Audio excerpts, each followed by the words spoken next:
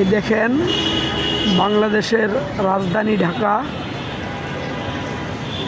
এটা Uttara model town 13 নম্বর sector জমজম tower.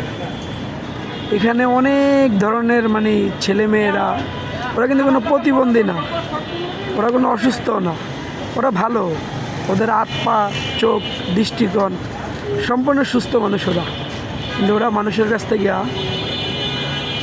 ভিক্ষা সাহায্য, রাতের অন্ধকারে চুরি করে, মানুষের উপরে ওরা অনেকটাই মানুষকে হেনস্থা করে, মানুষকে অনেকটাই মানুষের বিরক্ত করে, যন্ত্রণা দেয়।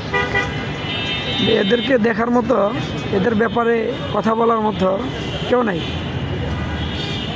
এই যে একটা ছেলে, কত বয়স, নাহলে 17-18 বয়স ছেলেটার, মেয়েটার বয়সে এমন হবে হয়তো 14-15-16 বছরের একটা মেয়ে, 17-18 বছরের একটা ছেলে। তারা বিয়ে করছে কিনা জানি না, তাদের আবার একটা বাচ্চা আছে, এই যে ছোট একটা বাচ্চা, এই দুইজনেরই একটা বাচ্চা। এরা বিয়ে করছে কি না করে নাই সেটা আল্লাহ ভালো জানে। তাদের একটা বাচ্চা আছে, তারা নিজেদের বাচ্চা এটা পরিচয় দেয়। তারা এখানে রাস্তায় থাকে, রাস্তায় খায়, রাস্তায় ঘুমায়। হ্যাঁ, এবং ওই যে দেখেন এত একটা ব্যস্ততম এলাকা, ওই যে রাস্তার মাঝখানে গ্রিলের বেড়ার মধ্যে ওদের অনেক কিছু, তাদের বাড়িঘর এটাই, তাদের লুঙ্গি, তাদের বস্তার মধ্যে তাদের জিনিসপত্র, এখানে ঘুমায়, এখানে থাকে, এখানে খায়।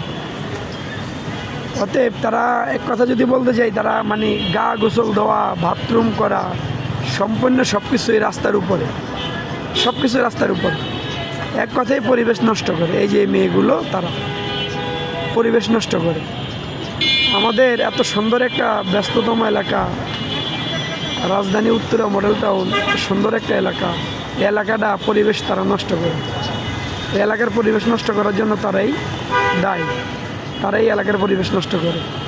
তাই আমি বাংলাদেশ সরকার, বাংলাদেশের আইন শৃঙ্খলা বাহিনী সবার কাছে দৃষ্টি আকর্ষণ করতেছি যে এদেরকে যেন একটু ব্যবস্থা নেওয়া হয়, এদের বিরুদ্ধে যেন কোনো কিছু ব্যবস্থা নেওয়া হয়। এরা রাস্তার উপরে পায়খানা করে, রাস্তার উপরে সব কিছু করে, এতে পরিবেশ নষ্ট হয়। বাংলাদেশ পুলিশ ভাইরা, বাংলাদেশ আইন শৃঙ্খলা, ওনারা যেন এর ব্যবস্থা নেয়। সুস্থ সবল মানুষ, কোনো ধরনের কোনো সমস্যা নেই। এই যে দেখেন, ভালো করে দেখেন।